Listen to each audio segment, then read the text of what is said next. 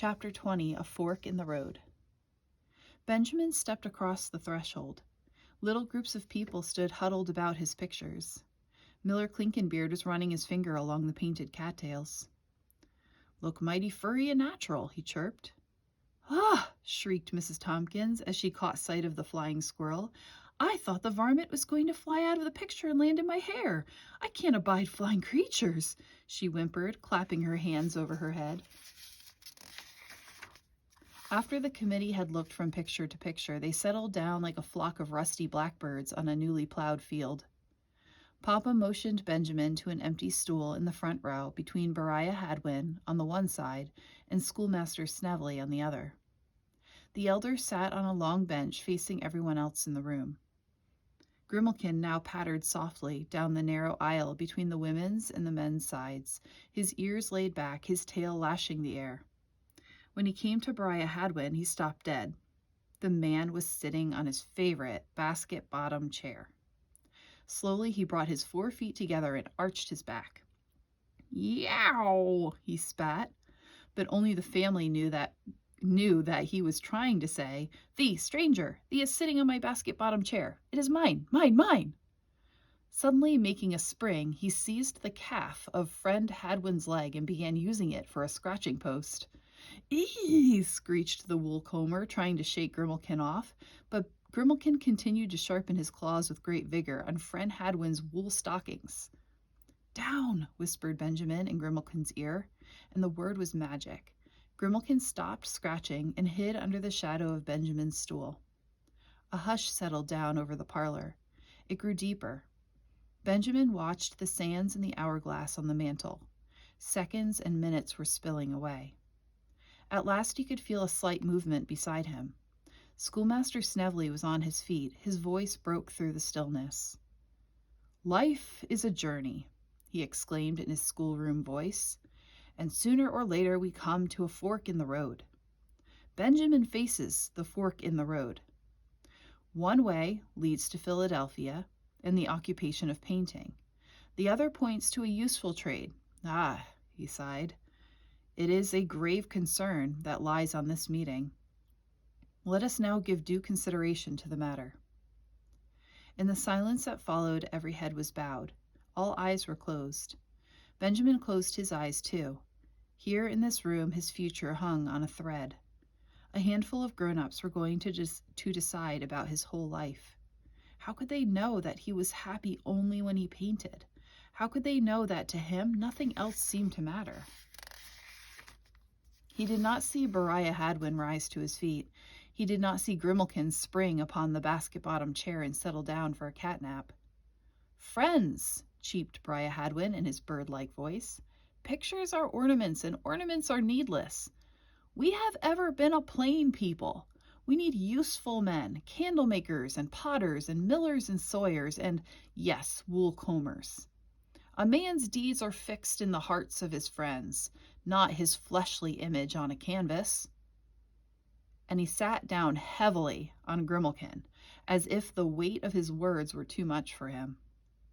What a commotion! An ear-splitting howl from Grimalkin, and added to the howling came cries from friend Hadwin, who shot into the air like an arrow from a blowgun. "Poor Kittling," soothed Benjamin as he took Grimalkin in his arms. "Friend Hadwin did not know he was in thy favorite chair." "The meeting can go forward," pronounced one of the elders as the room quieted down. A long and uneasy silence followed. Benjamin wiped his moist hands on his breeches. The meeting seemed to be going forward, he thought, although no one was saying a word. It was almost candle-lighting time when a stool scraped across the floor in the men's section. Benjamin said a quick prayer under his breath. "Let it be friend Williamson, O Lord, let it be him." "Friends," the deep, pleasant voice of Mr. Williamson rang out. "Thank thee, O Lord, for thy promptness," breathed Benjamin. "Friends, journey back with me to the year 1682, the kind voice was saying. "The good ship Welcome is sailing up the river Delaware. At her prow stands William Penn. His hand is resting on the shoulder of Thomas Pearson, the grandfather of our Benjamin West. Side by side, these two men explore the very lands we now cultivate. What would thee name this spot of land? Asks William Penn of friend Pearson. I would call it Chester, replies friend Pearson, and Chester it has been ever since. Benjamin peered around at the committee. Black hats and starched white caps were nodding in agreement. Now skip the years with me, Mr. Williams was saying. William Penn is dead. Friend Pearson is dead. But we, their children, carry on. Mrs. West, friend Pearson's own daughter, is here among us. She and John West have raised 10 children. Many of us can call to mind the miracle of Benjamin's birth. Benjamin could almost feel his ears prick forward. What was this about a miracle? What was this? It was a first day morning of autumn in the year 1738, Mr. Williamson's voice rolled on. The great preacher Edmund Peckover was visiting Chester County. He preached in our meeting house until the very rafters seemed lighted with an inner light. So deeply was Mrs. West stirred that her 10th child, Benjamin, was born before his time. Thee, Dr. Morris, will remember Edmund Peckover's words. Aye, agreed Dr. Morris, I remember them well. Thy son will be no ordinary man, he predicted as he shook Mr. West's hand. Benjamin grew wide-eyed. Why, how very exciting, he thought. He had never heard this story before. He looked across at Mamma. Her hands were folded quietly, and she looked into the fire as if the whole story were repeated. Mr. Williamson took a deep breath. Edmund Peckover's words have come to pass, he said. God has given a great gift to Benjamin, the art of painting. Who can say that it shall be quenched like fire? Let him use this gift to portray the best that is in nature and in man. If I may so say, the signpost on his road points to Philadelphia. Suddenly voices were raised from every part of the room. I hold with friend Williamson's words. I hope the committee will approve his words. I am of the same mind. Yea, yea, yea. Schoolmaster Snevely rose. A boy who found his colors in the earth, who made his own brushes from his cat's tail, who used poplar boards for paper, such a boy should be sent to Philadelphia with our blessings. We are all in agreement, piped the woolcomber from Goshen, but this time he did not rise from his basket-bottom chair. A short period of silence followed, a warm, friendly silence. It made Benjamin feel good to the very soles of his feet. Now the elders turned to one another, shook hands, and suddenly the meeting was over. Somehow Papa's and Mama's and Benjamin's eyes met. There was a smile among them. Then Papa stirred the fire, and Mama lighted the bayberry candles. Never before had the parlor seemed so bright.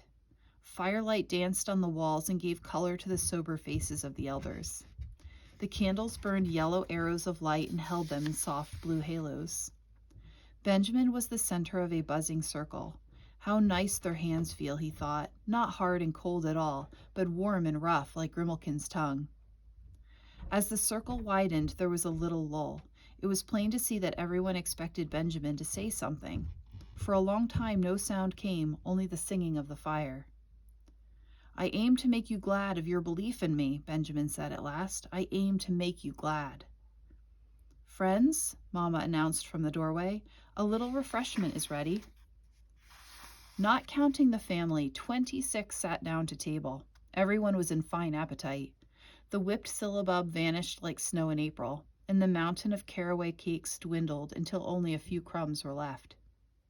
The sky was hanging out its flickering lanthorns when the committee members mounted their horses and turned out of the courtyard. Grimalkin chased them until they were well beyond the gate. Then he flew back into the house and tucked his snow-wet paw into Benjamin's hand. He held it there for a very long time, as much as to say, I congratulate thee too, Benjamin, but don't forget me in thy plans.